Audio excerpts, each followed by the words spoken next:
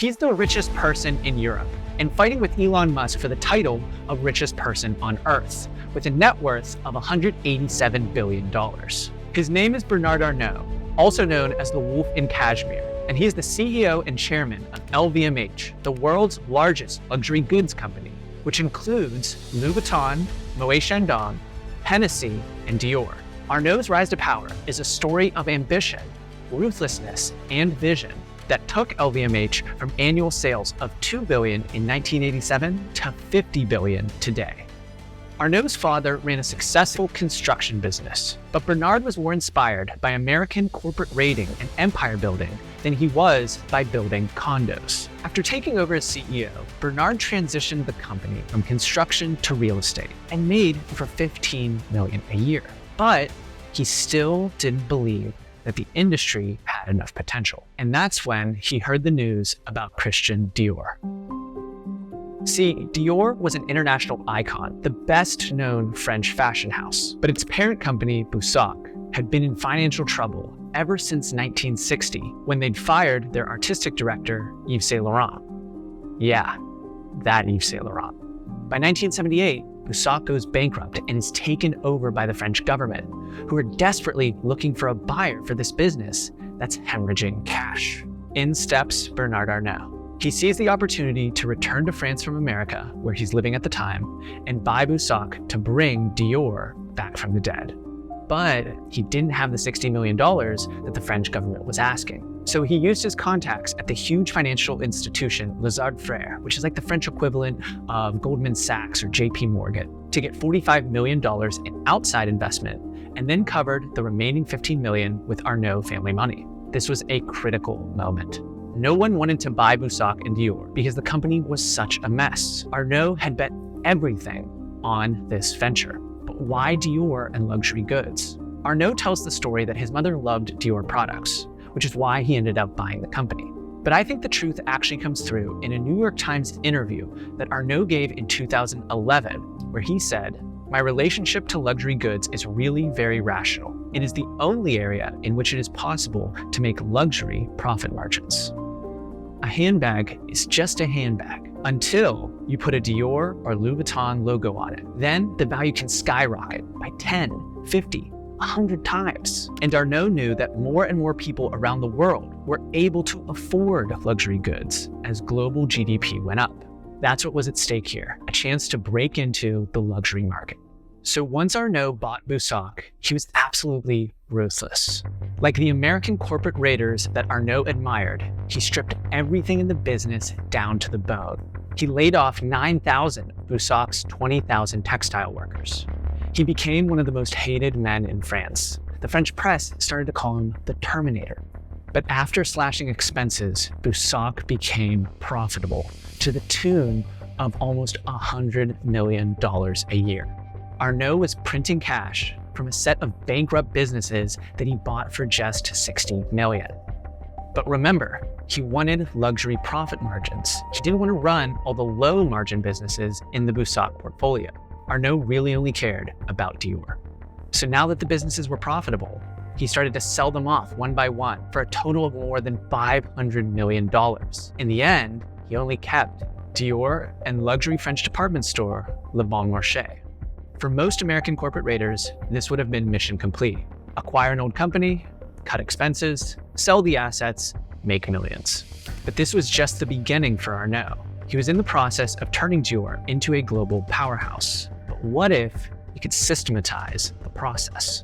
His strategy forward became clear. Identify struggling, badly managed luxury brands like Dior that had huge potential. Buy them for a low price, then use financial leverage to buy other luxury businesses.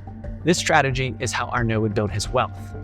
But what cemented Arnault's reputation as a ruthless dealmaker is the way that he acquired those companies, a strategy known as the hostile takeover. This is when a company gets acquired against the wishes of its management and board of directors by an outside party who buys a controlling percentage of shares without the original management being able to stop them. Arnault did this several times, and after the takeover would often make substantial strategic and operational changes, like firing the entire board of directors. This is how he got his hands on LVMH, the company that he's now known for. LVMH was the first major luxury goods conglomerate. It was formed from a 1987 merger between two old-school family businesses, the fashion house Louis Vuitton and the drinks and liquor company Moet Hennessy. And these two families didn't really like each other. Their merger had been a defensive move. By getting bigger, they made it harder for corporate raiders to buy a lot of their stock and complete a hostile takeover. But in 1988, alarm bells were ringing. Trading volume in LVMH stock was going up, hinting at a possible hostile takeover on the horizon. So Alain Chevalier, the Moet Hennessy general manager, attempted to bolster his investor base. He went to the huge beverage company Guinness and asked their leader, Anthony Tennant, "Hey, how do you feel about buying up 20% of our LVMH stock that's on the market?"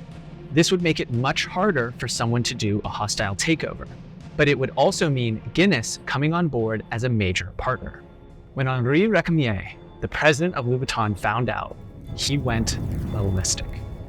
He thought Guinness would shift the balance of power towards beverages and away from Louis Vuitton's leather goods. So Recamier went searching for his own ally, someone that understood the luxury goods business. And he found Bernard Arnault, the owner of Christian Dior.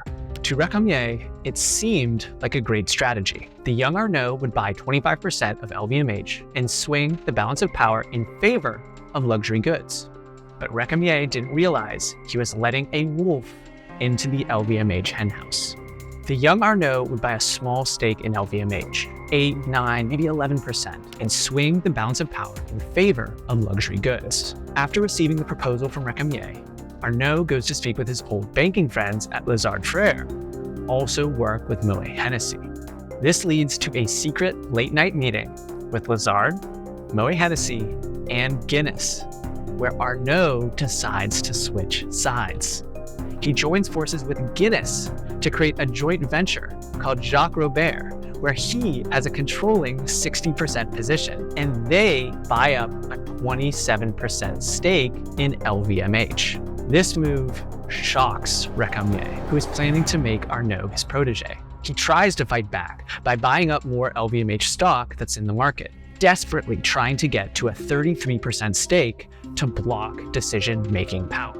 But Arnault and Guinness have more financial firepower. They quickly raise their stake to 37.5%, but with less than 33% of voting rights. So they've almost taken over LVMH and are on the verge of putting Arnault in charge. At this point, even Chevalier, the head of Moet Hennessy, is thinking, what the hell is going on? He never wanted to go so far that he'd be taking orders from Arnault.